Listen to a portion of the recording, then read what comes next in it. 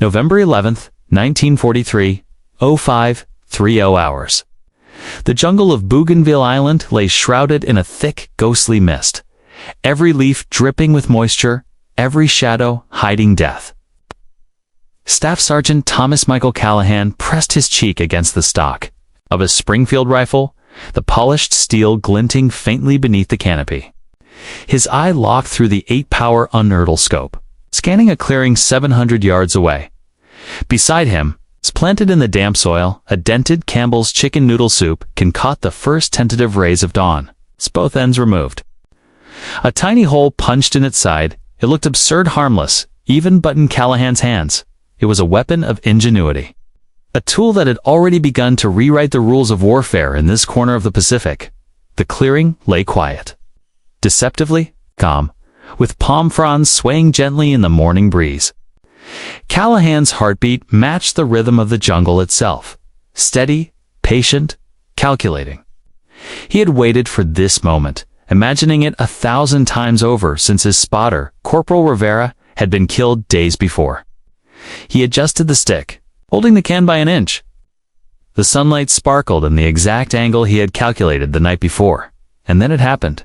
Across the clearing, a Japanese soldier's curiosity overcame years of disciplined training. He raised his head too. Investigate this strange, sudden glimmer. The world slowed for Callahan.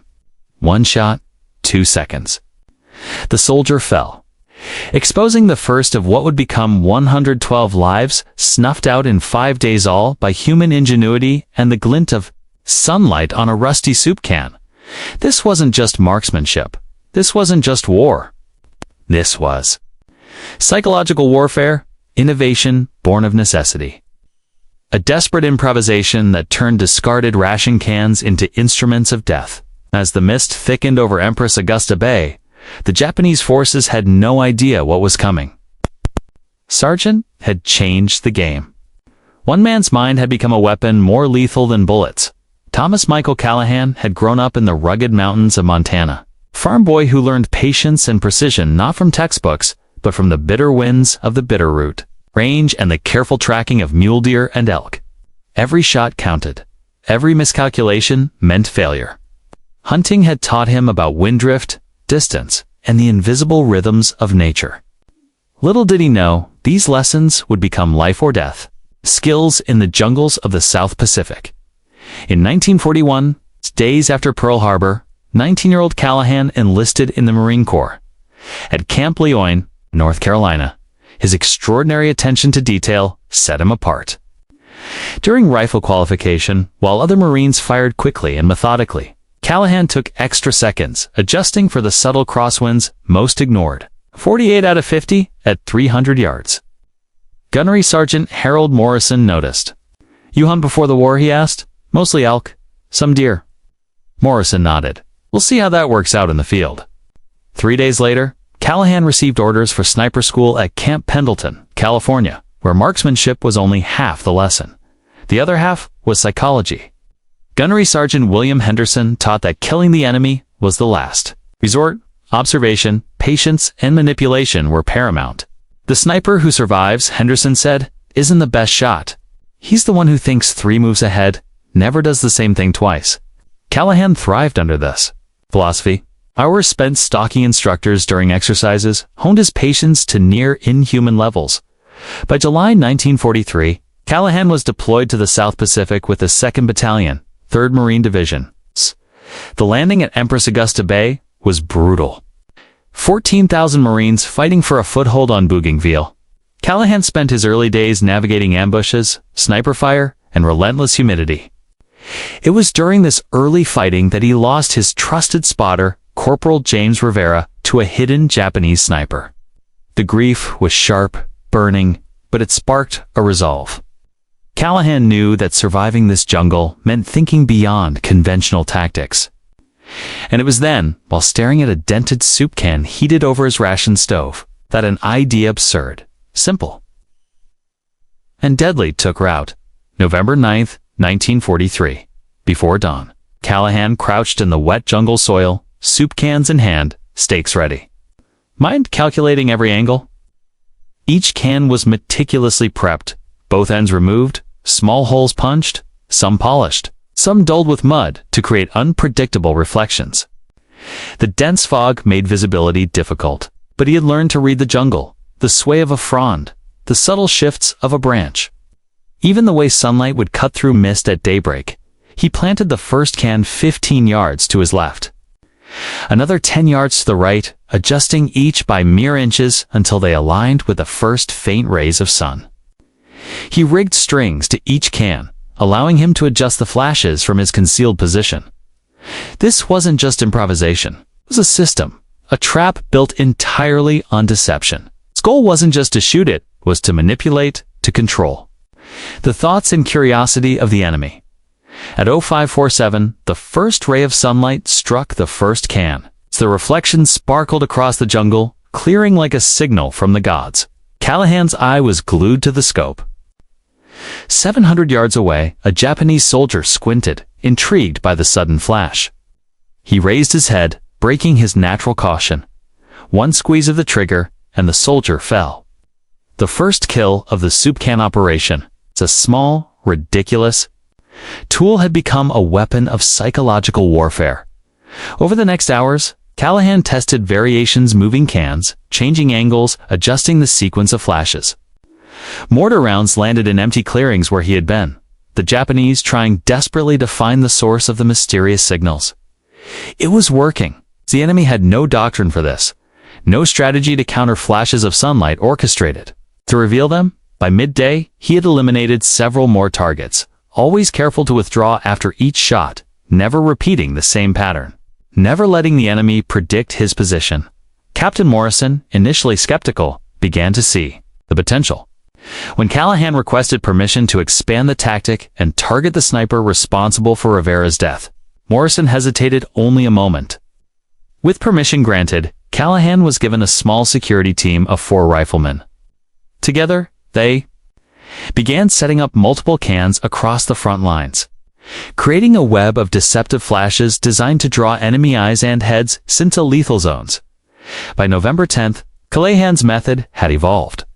He developed a string system to adjust the cans remotely, varied the flash durations, and even painted some cans with mud to dull certain surfaces. Each move was designed to force the Japanese into impossible choices: investigate and die, or ignore and operate blind. Japanese soldiers began to hesitate, confusion spreading through their ranks. Observers noted phantom signals, and diaries later revealed fear of demon lights drawing men into traps. That afternoon, Callahan tested the first true ambush. 6 cans in a semicircle, light flashes sequenced precisely, positioned for maximum curiosity. 2 Japanese soldiers emerged from concealment, drawn by the pattern. Never suspecting the threat came from a flank 90 degrees away. 2 shots, 2 kills. The technique worked flawlessly, but Callahan knew this was just the beginning. The true test awaited, forcing the most skilled Japanese sniper, the one who killed Rivera. Out of his hiding place, by nightfall, Callahan withdrew to his foxhole, exhausted but focused. He studied the jungle, recalculated angles, and refined his strategy.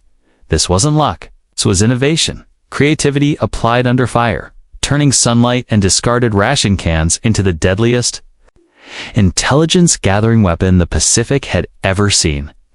He wasn't just a marksman anymore. He was a strategist, a predator who manipulated the jungle and its unseen enemy with unmatched patience and ingenuity.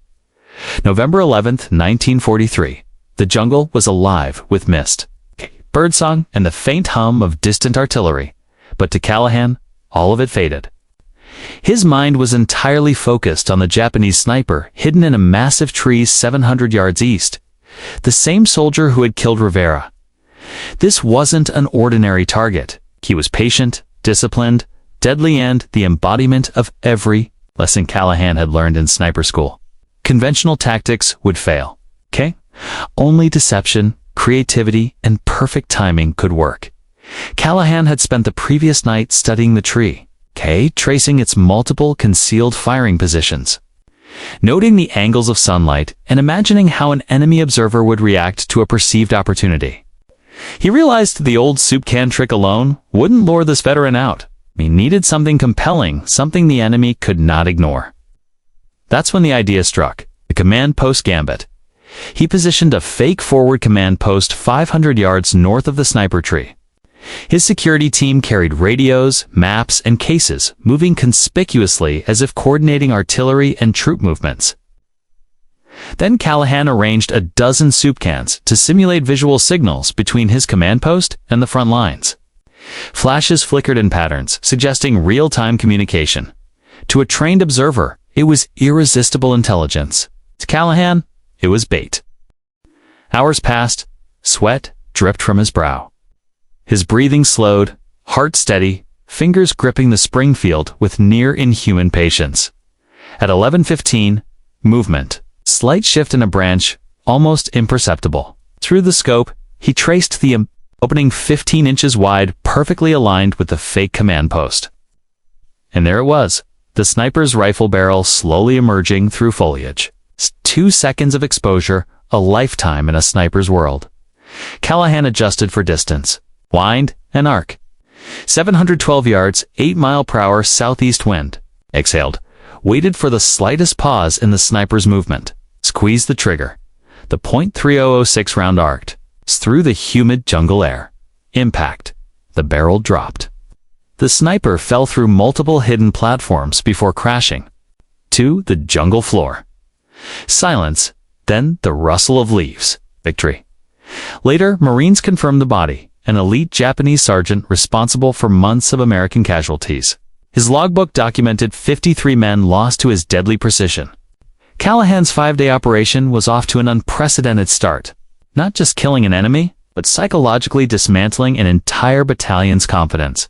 But Callahan didn't celebrate. He withdrew carefully, aware that the Japanese would adapt quickly. Every flash, every move, had to be calculated. The command post gambit wasn't just to kill, it was a message.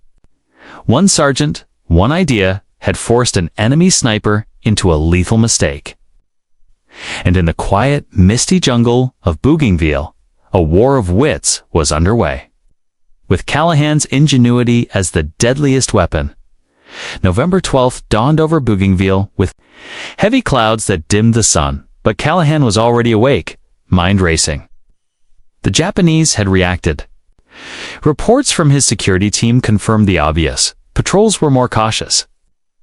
Snipers were holding fire, and curiosity that had once been fatal was replaced by fear. The soup cans alone would no longer be enough. The enemy was learning.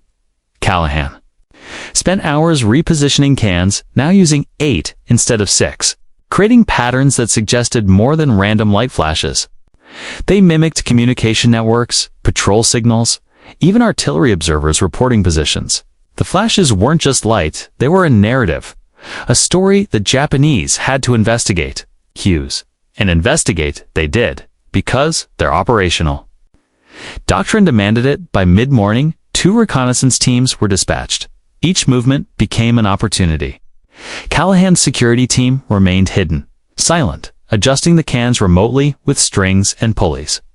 The jungle became a chessboard, the enemy pawns moving unknowingly into traps.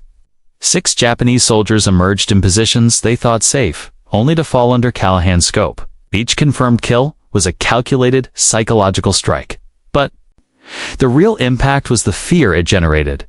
Major Tishi Yamamoto, Japanese battalion commander, was furious. His diary later revealed his frustration. The Americans employ unknown signaling methods. Attempts to locate sources result in casualties. Officers cannot expose themselves, morale declining. The enemy had no way to counteract a tactic that exploited their own discipline. Callahan understood this. He wasn't just firing bullets. He was dismantling decision-making, manipulating human psychology. By afternoon, Callahan expanded his deception. Soup cans were combined with fake movement, his team carrying radio equipment in plain sight, rustling through undergrowth, creating the illusion of troop shifts. Japanese soldiers, conditioned to respond to intelligence, were drawn out. Patterns emerged, patrol signals, forward command coordination, feigned artillery observation. Each scenario was a trap waiting to be sprung. Evening briefings with Captain Morrison revealed staggering results. 11 confirmed kills that day, plus multiple near misses that had unnerved Japanese troops. Callahan was careful, never complacent, always relocating, always adjusting angles and timing. He documented every variation: flash, duration, interval, timing, pattern sequencing. Each success informed the next. The psychological impact was evident. Soldiers hesitated at the faintest glint, froze at minor sounds. And rumors spread through Japanese ranks of demon lights that could kill from nowhere. Callahan had become not only a sniper, but a symbol of inevitable threat, turning imagination into tactical reality. The jungle was no longer just a battlefield, it was a theater, and Callahan directed the show by the day's end. The Marines had confirmed 16 enemy casualties, but Japanese had begun overcompensating, pulling snipers back and enforcing strict fire discipline. Callahan knew that tomorrow he would need to escalate again. The enemy's adaptation meant innovation, creativity, and timing would be tested like never before. In the dense jungle of Bougainville, a lone Marine sergeant had become more than a marksman. He was a force that forced his enemy to make deadly choices, and the true measure of his effectiveness was not in bullets fired, but in the hesitation and fear he created. November 13th, 1943. The jungle was dense, humid, and alive with the sounds of unseen life, but the Japanese were quieter now, cautious, fearful, uncertain. Callahan's soup can technique had reached its full potential. Every flash, every sound, every carefully orchestrated distraction was designed to exploit the enemy's discipline. It wasn't just hunting. It was controlling the battlefield from a single concealed position at first light. Callahan deployed a sophisticated sequence of 10 cans, each angled precisely to catch the sun at different intervals. Flashes simulated patrol signals, command post communications, and even artillery observation. His security team moved conspicuously through the undergrowth, carrying radios and maps to create a believable theater of activity. The Japanese, trained to respond to these cues, took the bait by mid-morning. Reconnaissance teams emerged from cover, peering into the jungle, trying to identify the source of the flashes. Callahan's Springfield spoke quietly and lethally. 1 shot, 2 shots, 3 executed with surgical precision. By the end of the morning, 15 Japanese soldiers lay fallen, victims not of brute force, but of strategy and timing. The psychological impact was as significant as the physical toll. Japanese snipers refused to investigate anything unusual. Officers hesitated to expose themselves, and rumors spread of American demon lights that could kill from nowhere. Major Yamamoto's frustration was palpable. Attempts to locate signal sources result in casualties. Officers cannot expose themselves. Intelligence is paralyzed. Callahan had achieved exactly what sniper school had taught: manipulate, control, and disrupt. Afternoon brought another innovation. Callahan added mechanical noise devices, larger ammunition cans filled with pebbles, rigged to shake and create sounds of troop movement. The enemy investigated, exposing themselves to the lethal pattern Callahan had perfected. By 1600 hours, he had confirmed 27 kills in a single day. That evening, Captain Morrison and Lieutenant Colonel O'Brien reviewed the results. Over 3 days, Callahan had eliminated 103 confirmed Japanese soldiers, including snipers, observers, and officers. The operation was unprecedented. O'Brien recognized not just the lethality, but the strategic brilliance, forcing the enemy into impossible choices: expose themselves and die, or remain hidden and lose situational awareness. Either way, their operational effectiveness collapsed. Callahan documented every variation: its timing, angles, sequences, sound integration, and psychological triggers. His methods would later become mandatory reading at Marine sniper schools. Began as desperation, born from empty ration cans and grief over a fallen comrade, had evolved into a systematic doctrine of ingenuity, precision, and psychological warfare. As darkness fell over Empress Augusta Bay, Callahan reflected on the toll. 5 days of constant vigilance, stress, and responsibility had extracted a heavy psychological cost. Yet the mission was complete. The Japanese battalion was in chaos, fear dominating decision-making, confidence shattered. The soup can trick had not only eliminated enemy personnel, but had demonstrated that intellect and creativity could triumph over brute force in the dense, humid jungle of Bougainville. One Marine sergeant had changed the rules of engagement. The enemy had been outsmarted, outwitted, and outmaneuvered not by numbers, not by firepower, but by ingenuity. The stage was set for the final days of his operation, where innovation, patience, and audacity would culminate in the completion of one of the most remarkable sniper campaigns of World War. November 14th, 1943. The jungle air was thick, humid, heavy with the scent of wet earth and decaying foliage. Callahan was awake before dawn, methodical, precise, a predator whose battlefield was not just physical, but psychological. This was the day the soup can operation would reach its apex. Every detail had been refined: can placement, angles, flash duration, sequence patterns, sound devices, and the choreography of his security team by first light.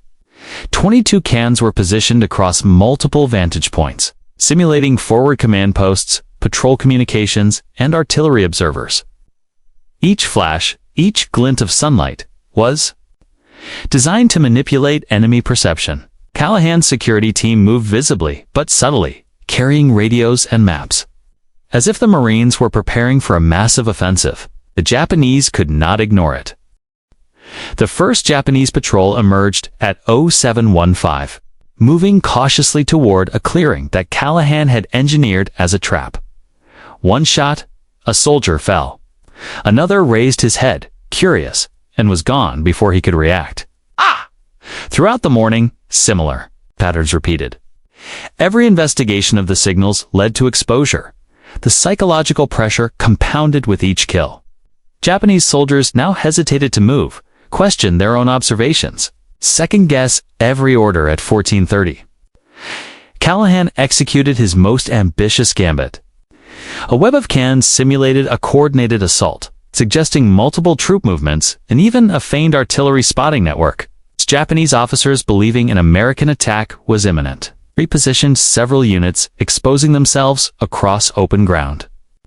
Over 90 minutes, Callahan and his team picked off 11 targets, including 2 officers. Command confusion erupted. Defensive coordination crumbled. The battalion's effectiveness plunged by evening.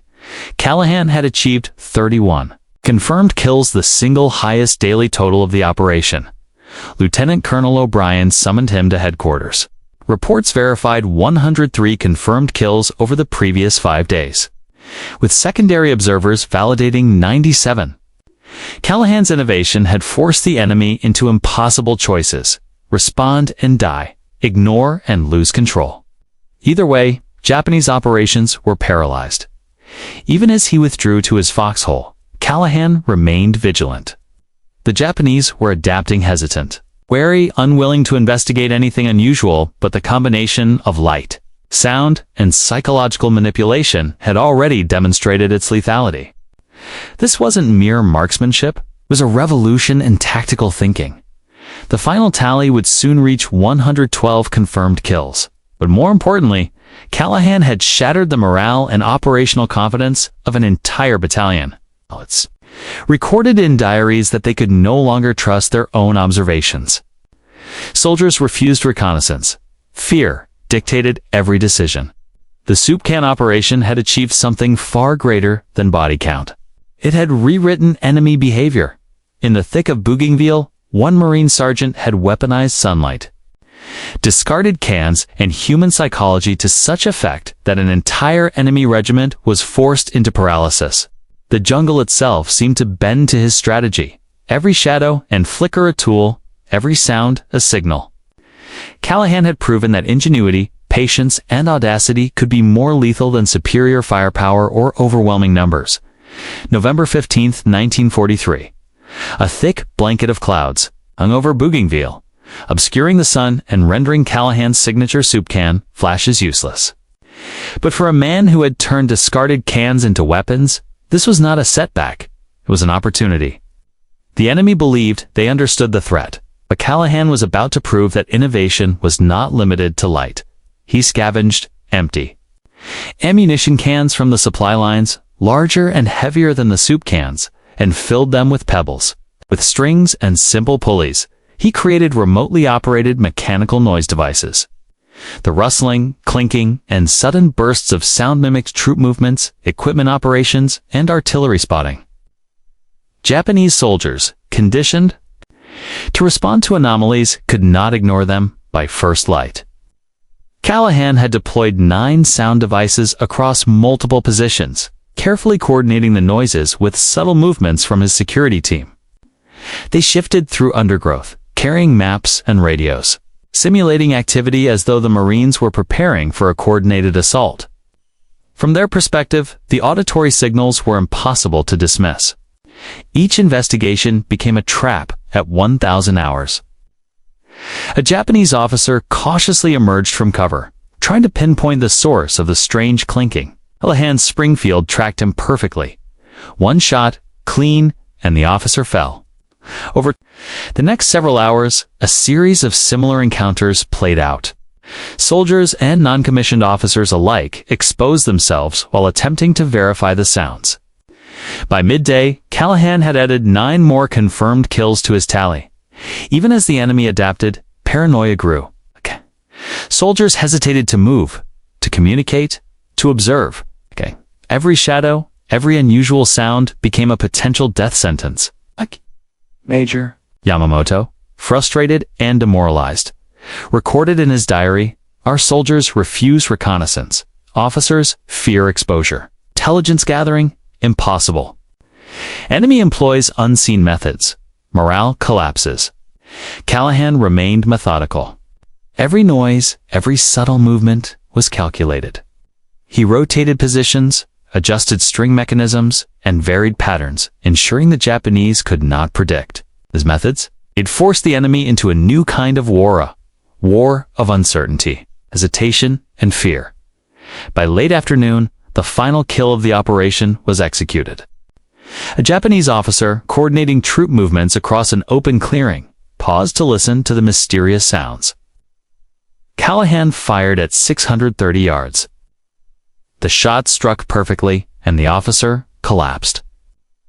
With this, the 5-day operation concluded.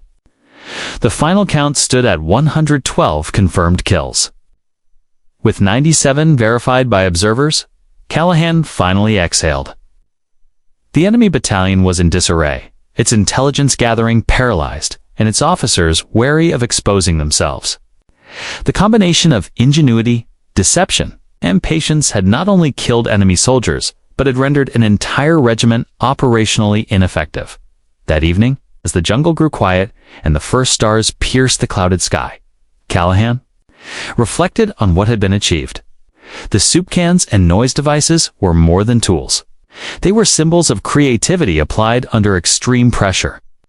In 5 days, a single Marine sergeant had demonstrated that thinking beyond conventional tactics could outmatch even the most disciplined enemy. Bougainville had become a laboratory of innovation, and Thomas Callahan had proved that in warfare, the human mind could be as lethal as any weapon. The enemy had adapted, but he had already anticipated every move, and in doing so, he had rewritten the rules of engagement for Pacific snipers. November 16, 1943. The jungle was quiet. It's almost eerily so. Callahan had withdrawn from the front lines, his 5-day campaign complete. The tally was staggering. 112 confirmed Japanese casualties, including snipers, observers, and officers. Yet the true measure of success was far greater than numbers. The battalion that had once inflicted repeated losses on American Marines was now crippled. Hesitant and paranoid Marine intelligence teams combed the battlefield, documenting the innovative methods Callahan had used. Soup cans, pebbles and ammunition cans, strings. Pulleys, simple objects transformed into instruments of war through ingenuity and psychological insight. Observers verified each kill, noting not just the precision of the shots, but the meticulous orchestration that forced the enemy to expose themselves. The operation had not only destroyed personnel, but degraded the enemy's ability to gather information and make decisions. Major Tishi Yamamoto's diary, it's captured after the battle, painted a vivid picture of the Japanese perspective. Americans employed demon-like methods. Light appears from nowhere, drawing our men into death. Officers fear to expose themselves. Intelligence cannot be gathered. Morale is collapsing. The psychological impact was profound. Soldiers no longer trusted their own observations. Officers hesitated to move or give orders. Even trained snipers refused to investigate anything unusual. Callahan had weaponized uncertainty itself. At battalion headquarters, Lieutenant Colonel O'Brien and Captain Morrison reviewed Callahan's detailed documentation. Its after-action report, later titled Employment of Improvised Deception Devices, in counter-sniper operations, became required reading at Marine Corps sniper schools. Every variation, adjustment, and tactic was recorded. Timing of flashes, sequence patterns, auditory distractions, relocation strategies, and the integration of human observation and deception. Callahan's approach demonstrated that ingenuity and understanding the enemy's psychology could achieve what superior firepower alone could not. By creating situations the Japanese could not ignore, he forced exposure, confusion, and eventual tactical paralysis. His techniques were destined to influence Marine sniper doctrine for years to come. In the following weeks, Callahan recovered at a rear area base. Medical officers noted symptoms consistent with combat exhaustion, the psychological toll of 5 days of continuous, high-stakes operations. Yet even during recovery, he continued documenting his methods, ensuring that future Marine snipers could benefit from his innovations. His work became foundational, emphasizing creativity, anticipation, exploiting what the enemy could not ignore. The operation's legacy extended beyond Bougainville. By January 1944, Marine sniper teams across the Pacific were implementing variations of Callahan's techniques. Polished metal plates, designed specifically for visual deception, became standard equipment. The principles of observation, ingenuity, and psychological exploitation became central to sniper training. Thomas Callahan never returned to frontline combat. In January 1944, he was assigned to Camp Pendleton as a sniper school instructor. There, he trained over 400 Marines, instilling the philosophy that the rifle was merely a tool, the mind was the true weapon. His students learned to analyze enemy behavior, anticipate responses, and use creativity to force exposure. The soup can trick became legendary, a symbol of tactical innovation and human ingenuity. In the end, the operation proved a timeless lesson. Constraints breed innovation. Observation precedes action, and understanding human behavior can be as lethal as any weapon. Callahan's 5 days on Bougainville demonstrated that thinking. 3 moves ahead, applying ingenuity under pressure, and exploiting the enemy's psychology could change the outcome of a battle. The psychological toll on the Japanese, the disruption of their operations, and the doctrinal influence of his methods ensured that one man's creativity had a lasting impact on the Pacific campaign. November 17, 1943, and the battle scarred. Jungles of Bougainville were quiet. But the consequences of Callahan's 5-day operation rippled far beyond the front lines. Reports and assessments from the 3rd Marine Division detailed the unprecedented impact of his improvised tactics. Enemy snipers had been neutralized, observation posts destroyed, and officers forced into open exposure, all without conventional assaults or artillery barrages. The operation was both lethal and efficient. Lieutenant Colonel O'Brien submitted a comprehensive report to division headquarters. He highlighted the ingenuity and psychological brilliance behind Callahan's work. Sergeant Callahan has demonstrated the highest level of initiative and tactical innovation, O'Brien wrote. His methods, improvised, visual, and auditory deception, have yielded results unmatched in previous operations. Casualty count is secondary to the operational disruption caused to enemy forces. Marine intelligence analysts agreed. Estimates suggested that Japanese operational effectiveness had been reduced by 60 to 70% in Callahan's sector. Units were hesitant to advance. Officers refused to expose themselves, and reconnaissance became nearly impossible. But the enemy? have been forced into a reactive posture, constantly second-guessing the battlefield. And this paralysis extended beyond immediate casualties. Captured Japanese documents confirmed the impact from the other side. Orders dictated strict protocols for investigating unusual light or sound phenomena. Soldiers were forbidden to act without officer authorization, and reconnaissance missions required minimum personnel while maximizing cover. The Japanese had been forced to create countermeasures specifically designed to avoid Callahan's tactics in. Acknowledgement of his effectiveness. Recognition for Callahan followed swiftly. He was promoted to gunnery sergeant in March 1945 and awarded the Navy Cross. The citation lauded his extraordinary heroism, his tactical innovation, and decisive impact on enemy forces. Callahan's work not only neutralized immediate threats, but also established a new framework for Marine sniper operations across the Pacific in Washington and Camp Pendleton.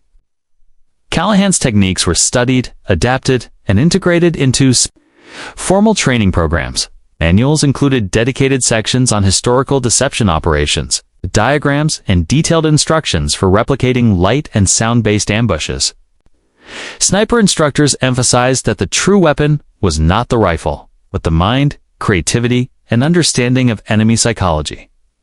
For the Japanese, the psychological aftermath lingered long after the bullets stopped flying, soldiers recounted. Stories of demon lights and inexplicable sounds. Officers hesitated to give orders, and operational confidence was eroded. Even after implementing countermeasures, the lasting effect of Callahan's ingenuity was clear.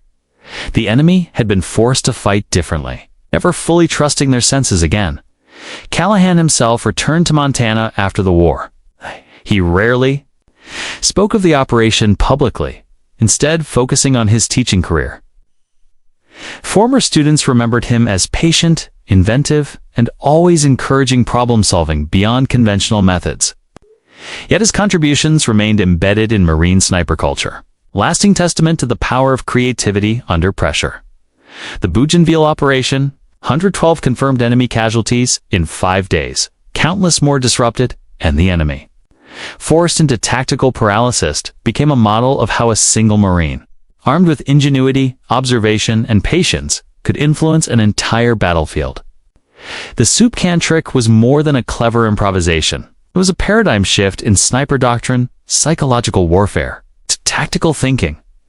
Bougainville had demonstrated that innovation, even from the humblest tools, could define the outcome of engagements, influence enemy behavior, and leave a legacy that extended far beyond the immediate battlefield. Callahan's operation proved that the greatest weapon in war is the mind capable of seeing what others cannot and acting decisively upon it. The jungle of Bougainville has long since reclaimed the battlefield. The rusted soup cans, the carefully hidden sound devices, the sniper positions have vanished into history. Yet the legacy of Thomas Michael Callahan endures. A farm boy from Montana.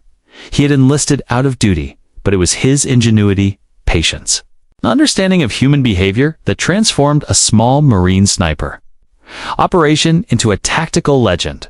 Callahan's 5 days on Bougainville were not measured by body count alone, 112 confirmed enemy casualties, but by the larger impact on the battlefield. The Japanese battalion he faced was forced into paralysis, its intelligence gathering crippled, and its morale shattered. He proved that the mind, applied with creativity and precision, could achieve what superior firepower alone could not. After the war, Callahan returned to Montana, leaving behind the combat zones but carrying the lessons of ingenuity, observation, and psychological strategy. He became a teacher and mentor, emphasizing problem-solving, critical thinking, and the value of seeing opportunities where others saw obstacles. His war stories were seldom shared, yet the principles he demonstrated shaped generations of Marine snipers, influencing training doctrine and the way battles were approached in modern military studies. The soup can trick is recognized not just as a clever improvisation, but as a paradigm of tactical innovation. Constraints breed creativity. Observation precedes action. Psychology trumps brute force, and teaching multiplies impact. Callahan's story reminds us that even in the most harrowing circumstances, human ingenuity remains the ultimate weapon. Thomas Callahan passed away in 2003, aged 81, leaving behind a legacy far greater than any medal or accolade. The Marine Corps Sniper Manuals, The Tales of Bougainville, and the enduring principles of deception and psychological warfare all bear witness to a simple truth. Sometimes the greatest victories are won not with bigger guns, but with better. Thinking the man who weaponized sunlight and turned soup cans into instruments of war had changed the game, and in doing so, he left an indelible mark on history.